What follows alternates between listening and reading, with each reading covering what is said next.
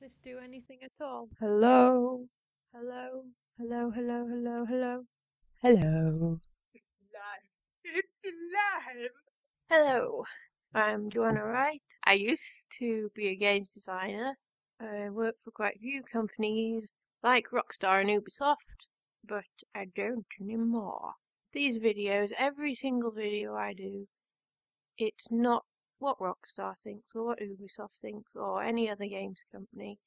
It's what I think. It's just little me, my advice to the world. Well, today I decided a good video to start doing would be what's a games designer, because I know a lot about that, and it's some kind of weird mythical being like a unicorn to some people, I guess. They just don't grasp what it is. They think it's one thing when in fact it's completely not. One example would be someone coming up to me and going, I love to draw. I love to draw. So I make a great games designer. I do all these drawings. And the thing is, you don't draw. You don't even have to be able to draw a stick man, really. Although it would probably come under desirable skills. Drawing well definitely isn't something you have to do as a games designer. People that do the drawings are all the concept artists and other artists that make sprites and user interface, etc. Another one would be, which is a bit difficult because some roles differ in different games companies. Someone might go, I love to code. I love to code, so I design games. Well, that's a programmer. So if you're not an artist and you're not a programmer, what do you do? Suppose a games designer is a weeny bit like a film director who rarely leaves their computer, writes and updates loads of documents, and fixes tons of bugs. You cannot escape the bug fixing. Don't think you'll go in a big games company and be able to just tell everyone what to do, because that's not how it works. I was sort of in between the creative and the programming. I kind of slotted in there. Games designers tend to come up with the ideas for the level, but they tend to either work with a mission scripter, or they are the mission scripter in my case, to create the level using the art assets that the artists have created and using the software system that the coders have created. You come up with a masterpiece. So for example, I might go, in this level you have to get into a farm, but there are some crazy farmers after you, so you have to fight the farmers. I've got nothing against farmers, by the way. And then you have to get the milk of glory. And then when you have the milk of glory, you have to escape. And so you've got your idea, and now you need the mission script to go, okay, well, let's start the player in this position here on this map, here in these coordinates. Then, when you get through this visible trigger box, it's called, when you go through this volume, we will spawn some bad guys around the corner, so stick them here, here, and here. And then we'll give them bad AI, not rubbish AI. It is actually very difficult to code good AI, but I'm talking about bad, like evil. So these evil farmers, let's say that they have the attack AI. And they come and they attack the player, and the player fights them off, and then you go loopy, loopy, loopy.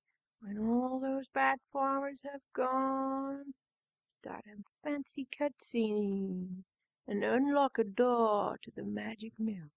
And then the player goes up there, and you've already spawned some magic milk. They collect the magic milk, and you go, oh, that's collected now. Now, there's all crazy farmers all over the place because you spawned them all. And then the player goes out, beats up all the farmers, and then goes through a gate. And we've already told it that when the player goes through into this volume past the gate, they've completed the level. So show the level complete screen and everyone's happy. It's like, yeah. For convenience now, I'll put the game designer and the mission scripter and put it all in one role, because they are both in the design team. Before you even show it to everyone, you have to test your levels. You play the game, but it does not necessarily mean it's fun. Especially in the early stages when, things fall through the floor because there's lots of bugs that haven't been sorted and the collision's not fully in. You can have all sorts of crazy things. So you have to work around there and try and play your level to the best of your ability. Fix any bugs you can fix at the time. Because that's also a large part of being a games designer, fixing the bugs you have caused and working around other people. No one's perfect. And so after you've polished the level up as much as you can, then you go to the person on high and you go, "Is this alright? What do you think?" And then you evaluate it or have it evaluated and chat about it. And then go back around in a circle, refining things, fixing things, playing things, polishing things up, taking things out that are boring, and putting things in that you think might be interesting, because you never really know what's going to be fun until you try it, until you put it in. And you sort of go around in this circle, but getting a bit further towards completion, it all gets more polished up until you have a finished game. You go to the people on high and you go, "Is this alright?" And then they go, No, they don't really. Some people seem to think that being a games designer is playing games all day, but you can't play a game if it doesn't exist. So, no, you do have to play it to games test it to check it works okay and to find some bugs. Even if you're not a beta tester, you will have to play your own work. But it's not just playing games all day.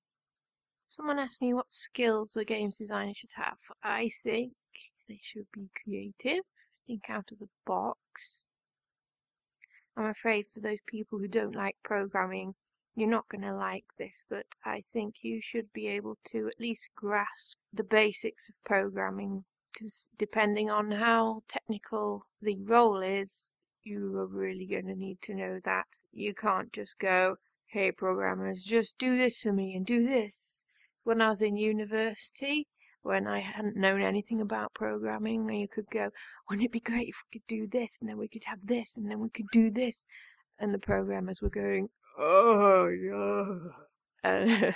And then there'd be other things, and then I'd be saying, "Oh, that must be really hard to program it to do that." And the programmers would go, "It's easy peasy to do that." See, if you haven't got that technical knowledge, you wouldn't know what's possible and what's not, how difficult it would be to do. You're probably not easily going to become a mission scripter, or possibly even really a games designer. You don't have to be a pro at programming, just at the very least, please try and have some knowledge about it.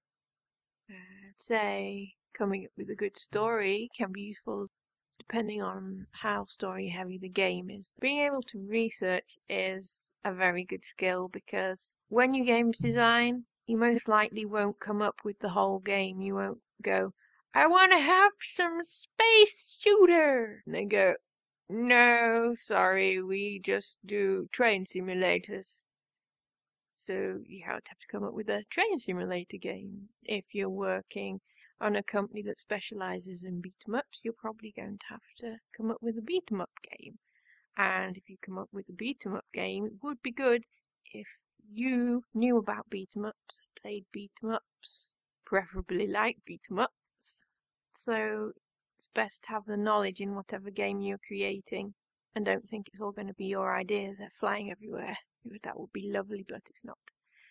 I'd say having an interest outside games is good as well. It's all great saying you're all passionate about games, because of course being passionate is a big part of it, but because you're a designer, the more you learn, the less you'll be boxed in and the more ideas you'll come up with.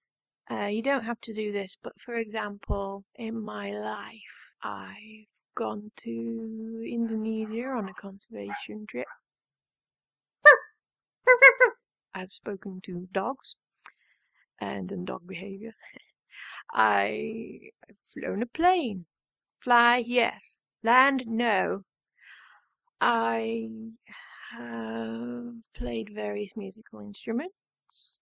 I've done foraging. All these crazy things that don't seem to be towards games at all, but they'll give you a fresh view that not everyone will have. And you're very confined, really, if all you do is play games in your house, because there's a lot of the world you'll be missing. The ability to get on with people is really important when being a games designer. I don't know how I forgot that one. Because you are going to be talking to loads of different people from loads of different backgrounds, loads of different experiences. You'd be talking to the programmers, the artists. It's another good reason why you should have at least limited knowledge of the different areas, because then you can converse with them better. That's about it really for skills. I mean, the more skills you have, the better. Tips for people wanting to be a games designer. First of all, yes, play games. I would say look at the different areas. A good one would be if you can get a free copy of some kind of scripting system. I know you can get several now. Even if you buy computer games, some of them come complete with scripting software. And if you can put together your own level and your own games design document and show it working, that will really help you get a job.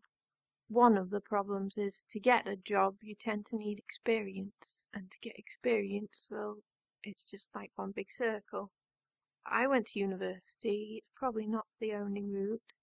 I actually went to 2 universities. I went to study games design, a Bachelor Arts, and then was told at the end that it wasn't specialised enough because at the time the course hadn't been refined. It did make me a jack of all trades. I could script websites, I could do all sorts of things, 2D animation, 3D animation, texturing, yes, games design too. But I couldn't get a job, so what I did was I go, well, I like maths.